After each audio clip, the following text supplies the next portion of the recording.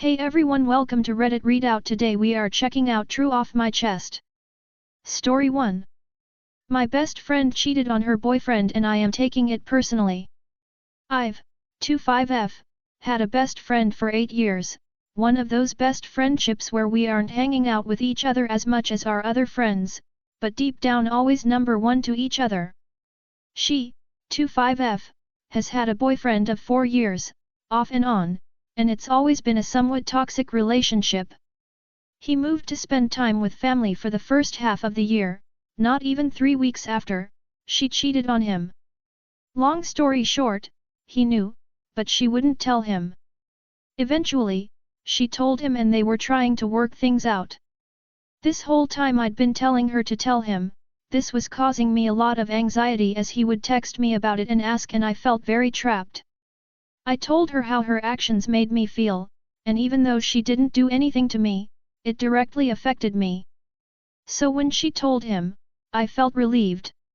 After sitting in her room for a few months, not going out because she didn't want to worry him, I convinced her to go out with me. We went out to the bars and I introduced her to a bunch of my friends. Eventually came back to my guy friend's place. There I noticed that she had been acting weird and somewhat flirty with him, the house owner, and I was very annoyed by this. I had work in the morning so I ended up leaving, but my boyfriend and all my friends were there so I wasn't worried about her getting home because I knew they'd take care of her. Pretty much, she had sex with him. Finding this out was devastating to me for multiple reasons. 1. She knew how I felt about her first cheating. It felt like she used me and stabbed my feelings and I in the back. 2. God, I can't even imagine how sad her boyfriend would be. And 3. She tried to convince all my friends not to tell me. Obviously they told me. I told her I needed space from her. That I'd be there if she really needed me, but I can't let her treat me this way. She tried saying sorry and said she really needs her friend, she feels like she has nobody, etc. She told her boyfriend and he ended up saying it was my fault that I put her in a shitty situation. I called my sister about this and she said I wasn't being a good friend. A good friend would try to help her stop making bad decisions. She kind of guilt-tripped me, at least it felt like it, and said that I'm being in awe because clearly my friend is going through something. I'm torn because I take her advice so seriously, but this time I don't know. It feels like I don't even know her anymore. Clearly she's not okay, but I always put her feelings first and mine aside to help her, but this time it's different. Story 2. How do I tell my son that his bio dad was convicted of a horrific murder? So much backstory, but we'll try to keep this as brief as possible. First time ever posting on Reddit, so I'm sorry if I don't do this right. My son is 15 and barely knows his bio dad. The last time they saw each other was in 2017. Before that there was a period of about a year when he was 5 to 6 years old that he stayed with his dad and his new family every other weekend. Bio dad stopped paying child support and ghosted us basically. We have talked about their relationship in the past and son has always had a good attitude about the situation. Very emotionally mature for his age and doesn't feel like he's missed out on anything. Feels like his dad is the one missing out. Doesn't ask about him, almost never mentions him unless something jogs a memory. A few years ago while my son was deathly ill in the hospital I had heard from his now former stepmom that bio dad was basically off his rocker. Drugs mixed with mental illness apparently. She was calling to warn me in case he showed up at the hospital trying to see our son. Just a few weeks later bio dad murdered his own parent and did awful, sick things to cover up his crime. He was arrested right away and has now been sentenced to life in prison. The issue is I've never told my son. When it happened he was 11, almost 12, and very sick. I felt like he was too young. His dad and most of his family live a couple of hours away in a neighboring state. It was not in the news here and we do not cross paths with any of the few members of his family that live near us. Point is I was not worried about my son finding out from any other way. I briefly worried about him googling his dad's name, but as far as I know he doesn't even care enough to do that. And he def would have mentioned it if he had. Originally I told myself I'd tell him when he was convicted, when there was some sort of closure. Then thanks to COVID that took well over 2 years. Then he was convicted and I still couldn't find the nerve to tell him. Fast forward to a couple months ago and his dad is now contacting me from prison. From contraband cell phones his fellow inmates have. Turns out he applied for stimulus money, was approved but they sent it all to me for child support. Prior to that I hadn't received any money from him since 2013 and obviously didn't think I'd ever see another dime. Now he's hassling me for that money cause he was counting on it. Rumor is he's been gambling in there and owes some people a lot of money and is being threatened with rape over it. Blows my mind that after not sending any money for a decade almost, after being absent from most of my son's life, and after the terrible things he's done, he has the absolute audacity to ask me to send him a dime. He has always been narcissistic and only cares about himself and what he wants. I've blocked all the numbers that he has texted and called me from so far.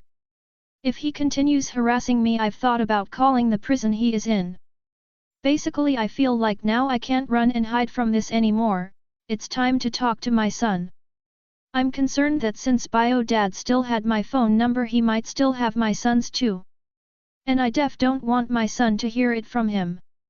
I feel so guilty that I haven't told him, that I've been keeping such a big secret from him. I beat myself up over it daily. But how do I even begin this conversation? How do I guide him through this when I'm still struggling with it so much myself? I've thought about offering for him to go to counseling so he can talk to someone. I doubt he'll like that idea but might be the best thing for him. As well as I know my child and as close as we are I have no clue how he will take this information.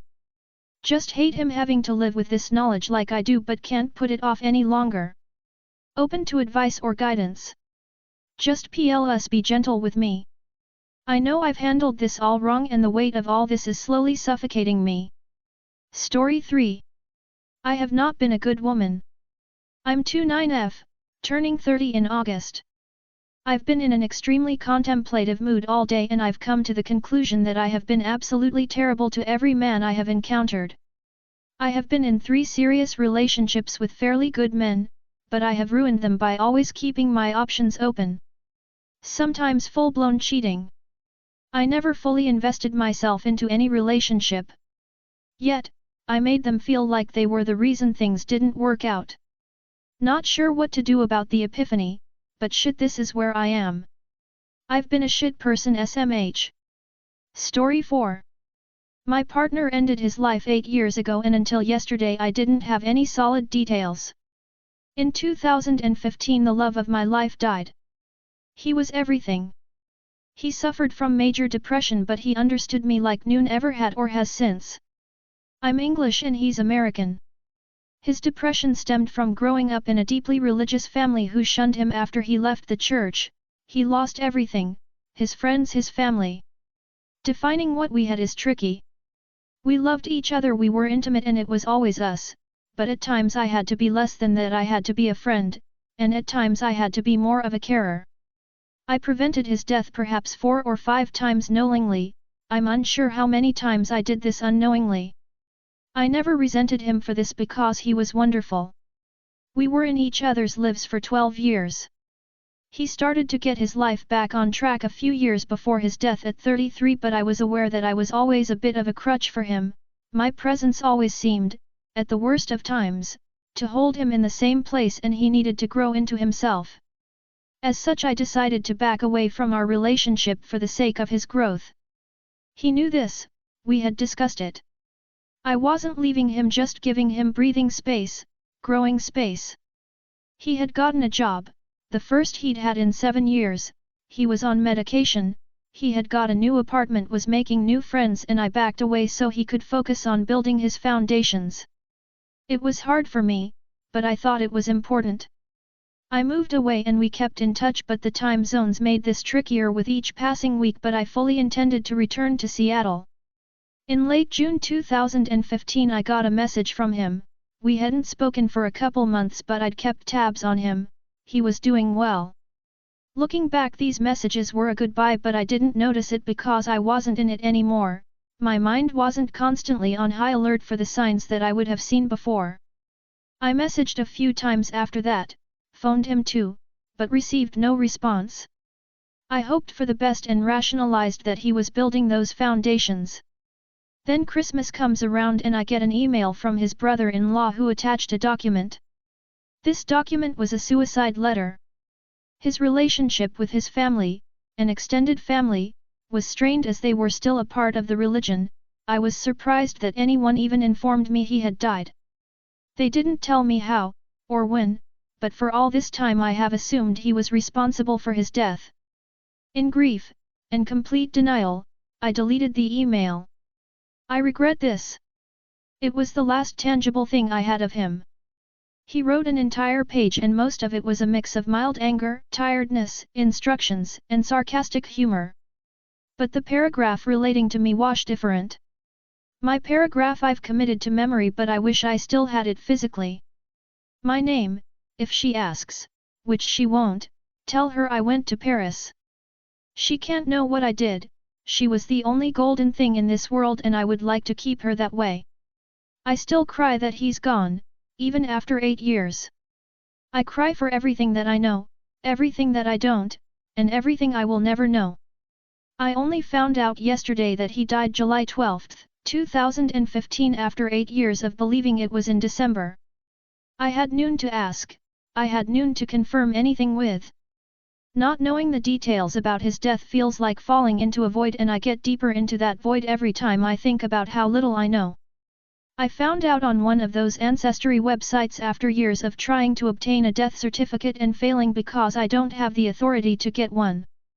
So as of yesterday I now know where he died, or at least I know the county, and from that I can deduce the specific place, but the how, I'll probably never know. My friends know I was in a relationship with him for all that time, they know that it ended. I've allowed them to assume it was the long distance that ended it. But that's it. I've never spoke about this to anyone. I'm in a wonderful relationship now but I've hidden all of this from them. I often wish things were different because he'll forever be my what if in all the possible ways. What if he was alive? What if I saw that message for what it was? What if I never left? Story 5. I brush off my sexual assault as if it hasn't shaped who I am in present time. TW, this could be disturbing or triggering to some people, please don't read if this topic brings you discomfort or if you want to judge me. My ex at the time was 22 and I was 19, I am now 21. He was always very manipulative and eventually it led to a lot of emotional abuse. The physical abuse outside of sexual stuff was always a threat. He would threaten to hurt me, my friends, and himself. I didn't see how bad it was until I left the situation. He'd always hit me in sexual contexts until I cried and I just let him. A part of me felt like I deserved it at the time. Then one day he just pushes it way too far and held me down trying to put his dick in me. Knowing that I wasn't ready for sex. I was screaming and I hit him back hard enough to make him pull him off of me. He instantly apologized and we sat in silence for 20 minutes. I remember feeling so low. That's the only way I can describe my feelings that day. I felt at the absolute bottom of whatever this is. I brushed it off after an hour. He apologized and hugged me and I think my brain just refuses to process it. I didn't realize it hurt me until I cut him off and was cuddling with another guy. This guy was just readjusting behind me in bed and I thought he had pulled his dick out. I froze and was so relieved when he put my hand there and I felt that he had his pants on completely. Then I bursted out into tears and cried for 2 hours in the bed of my Hinge date. Shout out to him for being a good person, I still think about him and his new fiancée is a lucky girl to have someone like him. I noticed I became hypersexual for a while after what has happened. I started to like dark things. I don't mean to offend anyone or kink shame but I don't think it's normal to want a guy to borderline beat your ass during sex. I realize that I care a lot about pleasing and I guess pleasing someone by seeing me in pain or submitting to them made me feel good until after. I was just filled with shame and guilt for getting off on that. I wish I could just be normal. No abuse I have to get over from my dad or my ex. I hate being who I am, I pretend to be someone I'm not all day these days. I think I'm starting to believe this new version of me. But the thoughts don't stop resurfacing. I don't think about my ex anymore or even remember him. Yet he's still present in my life through everything he changed about me. I hate him so much and I hope he's never happy in his life. He doesn't deserve to move on. No decent man will ever be okay with the things I like. But I'll never be with someone like my ex ever again in my life. That's all for today. Please don't forget to like and subscribe.